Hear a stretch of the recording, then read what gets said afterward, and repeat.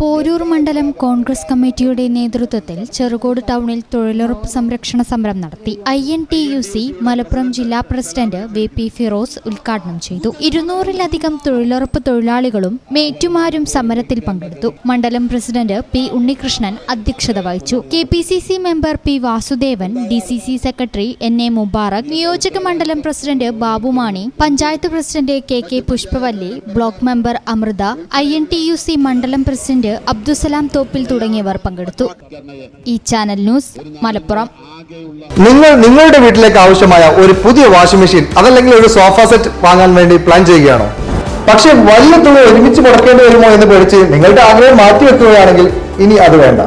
Payment ഇവിടെയുണ്ട്. ഇനി ready cash വേണ്ട, പലിശയും വേണ്ട. അതെ, നിങ്ങൾ കേട്ടത് ശരിയാണ്.